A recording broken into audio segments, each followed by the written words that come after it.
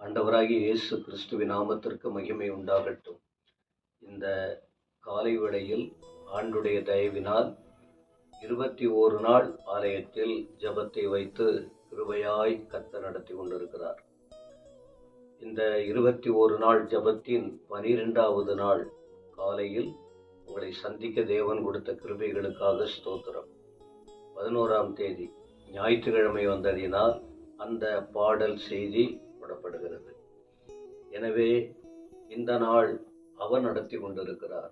எனக்கு அருமையானவர்களே, தொடர்ச்சியாய் பாருங்கள், தொடர்ச்சியாக தேவ வார்த்தைக்குள்ளே வாருங்கள். இது உங்கள் வாழ்க்கைக்கு நன்மைக்கு எதுவாய் ஆசீர்வாதமாய் இருக்கும் என்பதில் சந்தேகம் இல்லை. இந்த பிப்ரவரி மாதத்தில் ஆண்டவர் நமக்கு கொடுத்த வார்த்தை என்ன? கண்களுக்கு முன்பாக ஆச்சரியம். மனிதனுடைய கண்கள் எதை பார்த்து சிலரை பார்க்கும்போது சோர்வு வருகிறது. இந்த காட்சியை நம்ம பார்த்துட்டோம். இன்னாரை இப்படி பார்த்தோம், இந்த சூழ்நிலை அப்படி இருக்கிறது, கண்களுக்கு ஒரு மாதிரி கஷ்டமாயிடுது. ஆனால் நாம் அதை ஒரு பக்கம் ஒதுக்கிட்டு கர்த்தரை முன்ன வச்சு கடந்து போகும்போது தேவையில்லாதது மறைக்கப்படுகிறது, தெய்வீகமானது மேலே வருகிறது. இன்றைக்கு ஒரே ஒரு வார்த்தை உங்களுக்கு, ஒரு 3 நிமிஷம் தான், 3-4 நிமிஷம் பேசுகிறேன். எண்ணாகமத்தின் புஸ்தகம், த புக் ஆஃப் நம்பர்ஸ், எண்ணாகமத்தின் புஸ்தகம் 22ஆம் அதிகாரம் 31ஆம் வசனம். அப்பொழுது கர்த்தர் பிலேயாமின் கண்களை திறந்தார். வழியிலே நின்று உருவின பட்டயத்தை தம்முடைய கையிலே பிடித்திருக்கிற கர்த்தருடைய தூதனை அவன் கண்டு தலைகுனிந்து முகங்குப்புற விழுந்து பணிந்தார். என்ன நடக்கிறது என்று பார்க்கும்போது, பிலேயாம் ஒரு தீர்க்கதரிசி, யூத தீர்க்கதரிசி அல்ல, அவன் ஒரு கர்த்தருக்கு பயந்ததான ஒரு மனுஷன். மோவாப் தேசத்திலே ஒரு சம்பவம் நடக்கிறது. தேவ பிள்ளைகளுக்கு விரோதமான செயல்பாடுகள். அப்போ அந்த நேரத்தில் மோவாப் ராஜா பாலாக் ஆட்கள் அனுப்பி, பிலேயாம் நீ ஒரு தீர்க்கதரிசனம் சொல்லணும், ஒரு விதமான ஜனங்கள் சிதறி கிடக்கிறாங்க எங்கள் தேசத்தில், அவங்க யாருன்னு தெரியல, அவங்கள நீ சபிக்கணும்.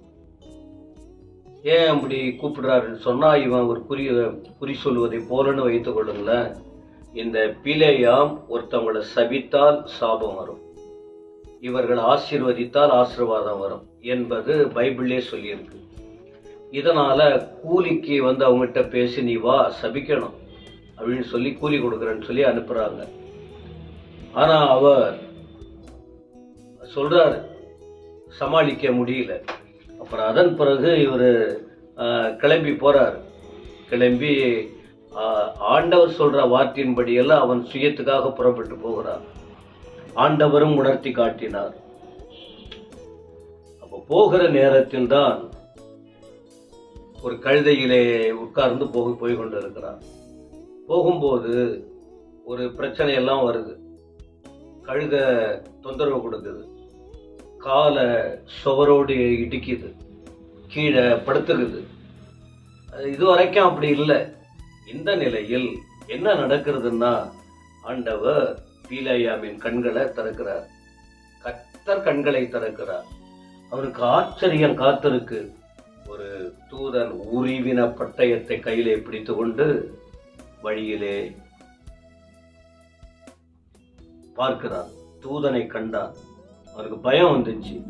தலை குனிந்து முகங்குப்புற விழுந்து பணிந்தார். அதன் பிறகு தூதன் சொல்றாரு, நீ ஏன் உன் கழுதைய 3 தானே அடிக்கிற? உன் வழி சரியில்லை, நான் உனக்கு எதிராக புறப்பட்டு வந்தேன். என்ன வார்த்தை விளங்குகிறது? ஒரு தீர்க்கதரிசி தான். அவன் வழி விலகி போகிறான், பணத்துக்கு ஆசை வச்சு போகிறான். அப்ப அந்த நிலையில் அவரை தடுத்து நிறுத்துகிறார். ஆண்டவர் யார் தெரியுமா? அவர்கள் போக்குக்கு தேவன் விடுகிறவர் அல்ல. முடிந்த வரைக்கும் அவனை பாதுகாக்க விரும்புகிறார், பாவத்தில் விழுந்து விடாதபடி. பிரச்சனையில் சிக்கி விடாதபடி, பேர் கெட்டு போகாதபடி, கர்த்தருடைய நாமம் தூஷிக்கிற அளவுக்கு அதெல்லாம் ஆண்டவர் விட்டு கொடுக்கிறது இல்லை. எவ்வளவு தூரம் அவர் பாதுகாக்க விரும்புகிறவர். இவன் போனது யாரை சபிக்க அப்படின்னு சொன்னால், இஸ்ரவேல் ஜனங்களை, ஆண்டுடைய பிள்ளைகளை சபிக்க அவன் புறப்பட்டு போகிறான். அதன் பிறகு ஆண்டவர் எப்பவுமே தம் பிள்ளைகளை விடவே மாட்டார். தடுத்து நிறுத்தினார். அவன் கண்களுக்கு ஆச்சரியமா இருந்தது. அவன் கண் குருடாக கடந்து போனான். மனக்கண் குருடா இருந்தது. அப்படி போனான். கர்த்தர் கண்களை திறந்தார். பட்டயத்தை பிடித்திருக்கிற தூதனை கண்டான். கீழே விழுந்தான். முகங்குப்புற விழுந்தான். தலை குனிந்து. ஆண்டவருக்கு முன்னாலே யாரும் தலை நிமிர்ந்து நிற்க முடியாது. அந்த தேவன் அப்படிப்பட்டவர். ஆண்டவர் பேசுகிறவர், ஆண்டவர் உணர்த்துகிறவர், ஆண்டவர் நடத்துகிறவர். உங்க வாழ்க்கை எப்படி இருக்கு என் அன்பு சகோதர சகோதரி? ஆண்டவர் எல்லாத்தையும் பார்த்து கொண்டு இருக்கிறார். உங்களுக்கு நன்மை செய்ய விரும்புகிறார். உங்கள் வழியில் தடுத்து நிறுத்துவார். உணருங்க, ஒப்பு கொடுங்க, கீழ்ப்படிங்க. உங்கள் கண்கள் திறக்கப்படும். தீமைக்காக தேவன் உங்களை நடத்த மாட்டார், நன்மைக்காக நடத்துவார். புரிந்து செயல்படுங்க. ஆண்டவர் உங்கள் வாழ்க்கையில் நன்மையான காரியங்களை செய்வார். நல்ல பிதாவே, துதிக்கிறோம். இந்த வார்த்தை கேட்ட எல்லாருக்கும் தெளிவை தாரும். ஆண்டுடைய ஆசீர்வாதம் இருக்கட்டும். இயேசுவின் நாமத்தில் வேண்டுகிறோம் பிதாவே. ஆமென். ஆமென்.